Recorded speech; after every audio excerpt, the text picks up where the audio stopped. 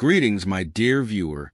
Welcome to the channel where we expose cheating and discuss the consequences when one spouse betrays the other.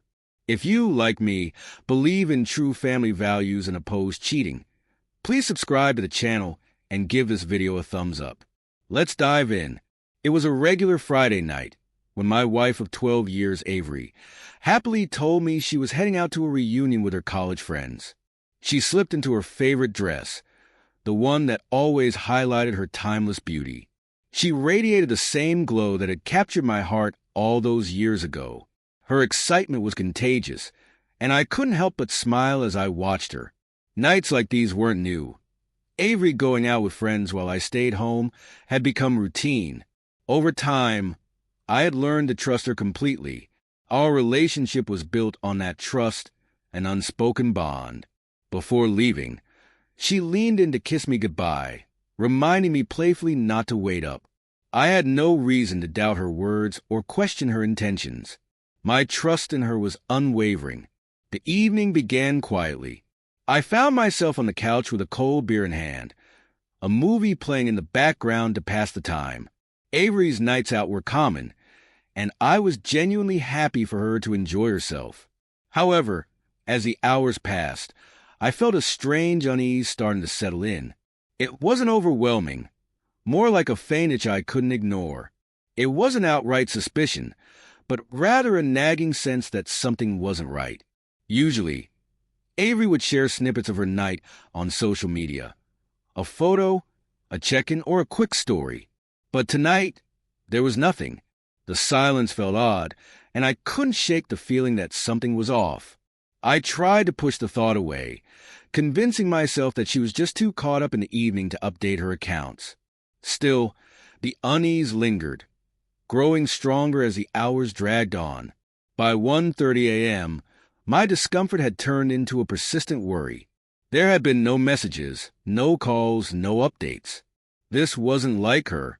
Unable to ignore the growing doubts, I did something I'd never done before. I accessed our shared phone account. For years, I had respected her privacy, never once crossing that line. But tonight, something pushed me forward. As I went through the message logs, one name stood out: Daniel. His name appeared more often than I had expected. Daniel wasn't someone I knew from her college days or our circle of friends. He was a stranger in our lives. My heart raced as I opened their message history. Though their conversations weren't explicit, the tone was unmistakably flirtatious. Messages like, "Can't wait to see you tonight," pierced me like shards of glass. The playful banter between them carried a weight that made my stomach turn. My thoughts raced, trying to make sense of the situation. This couldn't be happening. Avery, my partner of over a decade, someone I had trusted without hesitation, now seemed to be hiding something. Shock and disbelief left me frozen. Unable to process the reality before me, the sound of her heels clicking on the hardwood floor marked Avery's return. She tried to move quietly, as if not to wake me, but her efforts were unnecessary. I had been wide awake for hours, my mind consumed with turmoil. She seemed surprised to find me sitting there, waiting for her. "Are you still up?" she asked, her voice filled with unease. I forced myself to stay calm. "Yeah. How was the reunion?"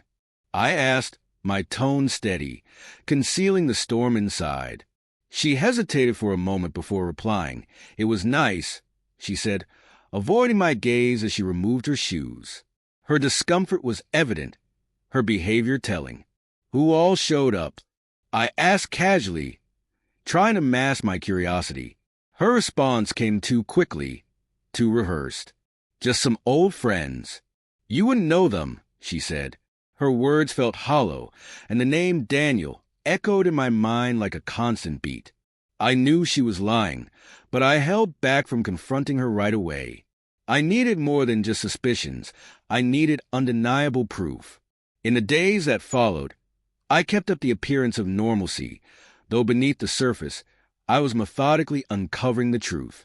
I went through her phone, her social media, and any other digital traces she had left.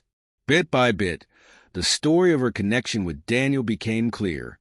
What had started innocently enough had grown increasingly personal over time. The final piece of evidence was a photograph. Avery and Daniel at a party, his arm around her waist, her head resting on his shoulder. The image spoke volumes. They were far too close for comfort. The evidence was undeniable. Avery was seeing someone else. But instead of confronting her immediately, I decided to respond in a more calculated way. This wasn't just about confronting her betrayal. It was about making her truly understand the consequences of her actions. I started researching Daniel. I uncovered details about his life, his social media presence, his job, and even his private email address. I created a fake persona, someone who seemed like a mutual acquaintance of Avery's, and used it to contact him. He had no idea who I really was. At the same time, I set up hidden cameras around our home, recording everything, messages, calls, and meetings. My goal wasn't just to confront her. I was building an irrefutable case. The day of reckoning arrived when Avery casually mentioned she was meeting a friend for coffee. I knew the truth. She was meeting Daniel. This time, I wouldn't stand idly by. My plan was ready to be executed.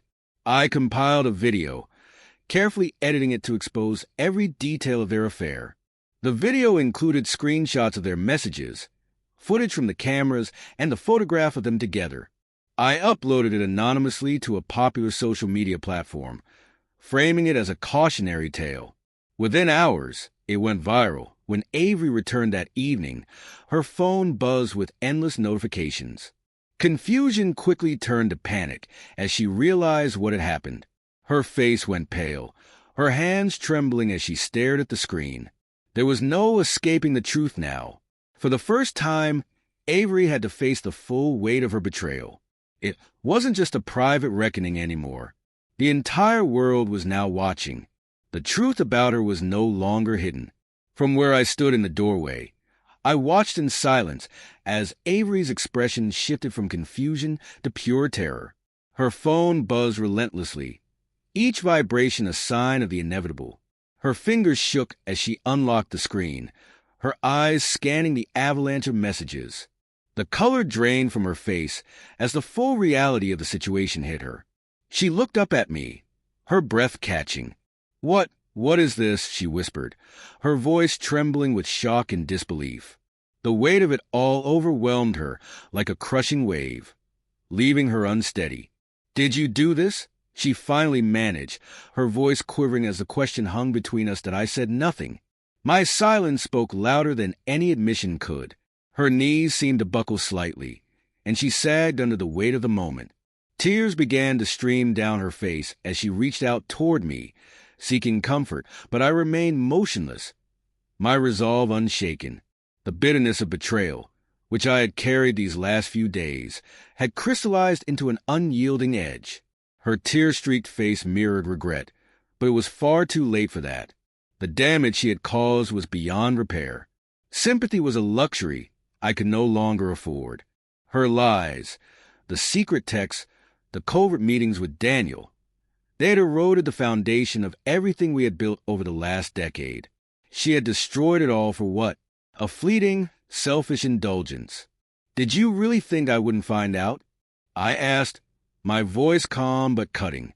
Each word was deliberate. Avery shook her head, tears falling faster now. I'm sorry," she choked out, her voice cracking. "I never meant for it to get this far. I never wanted to hurt you. Please forgive me. I love you." Her words rang hollow. The love I once had for her was gone, replaced by a void she had created. Forgiveness? The thought was absurd. She had shattered everything we shared, and now she dared to beg for something she no longer deserved. "I don't want your apology," I said coldly. "It's too late for that." Her sobs became frantic as she dropped to her knees, clutching at my legs in desperation. Her pleas tumbled out in a torrent, each one more desperate than the last. But it was useless. The trust she had betrayed could never be repaired. The incessant buzzing of her phone cut through the tense silence in the room. She picked it up again, scrolling through the flood of venomous comments now flooding her social media. Friends, acquaintances, even strangers had turned against her, labeling her a liar, a cheat, a destroyer of trust. The perfect facade she had so carefully maintained lay in ruins. The video I had posted had been the catalyst, a calculated expose that laid her betrayal with Daniel bare in excruciating detail. The world now saw her for what she truly was. Harsh as it seemed, it was the justice I had sought. "Please," she begged, her voice trembling. "Take it down. I'll do anything. Just please take it down." I shook my head slowly, feeling a cold satisfaction settle over me. She couldn't fathom the lengths I had gone to in order to ensure the truth was exposed. There was no reversing it now. No reprieve. "I'm not taking it down," I replied, my voice firm and unwavering. "You made your choices, Avery. Now you're living with the consequences." Her sobs softened into shallow, uneven breaths as the full gravity of her situation sank in. She had thought she could deceive me and emerge unscathed, but now the world was watching her unravel. There was no escape from what she had done. She had done it. Without another word, I turned to leave. There was nothing left to say, no confrontation that could mend what was broken. Her cries followed me as I walked away, fading into the silence that now defined us. She had taken everything from me, my trust, my peace, my sense of security, and I had nothing more to give. "Where are you going?" she called after me, her voice raw with despair. "Don't leave. Please, don't leave me." I didn't answer. There was no point. The man who had once loved her with all his heart was gone, replaced by someone who could no longer bear the sight of her. What we had was over, beyond redemption. In the quiet of our home, I packed my bags. Her muffled sobs echoed through the house, but I didn't turn back. Not because I felt nothing, but because I felt too much. I had given her everything, and she had thrown it all away. As I walked out, her cries grew faint behind me. The silence between us now spoke volumes, a final, unbreakable verdict. The days that followed were filled with messages from her, apologies, explanations, desperate pleas for another chance, all crowding my inbox. But I never responded. As for Daniel, he disappeared from the digital world, erasing all traces of himself as if that could undo the damage. He had believed he could waltz into my life and walk away unscathed. He was wrong. Avery and Daniel were left to grapple with the wreckage of their lives, their reputations in shambles. The truth was out, and there was no erasing it. Meanwhile, I moved forward. The pain lingered, but so did a newfound strength. I had taken back control of my life, and my revenge, though harsh, had granted me closure. The silence between Avery and me became the final punctuation on our story. It was an echo of love lost and betrayal exposed. As I drove away that day, I knew I had made the right choice. The past was behind me, a chapter closed. It would no longer define my future. My friend, this is the end of the story. If you liked it, please leave your royal like and subscribe to the channel. May the force be with you.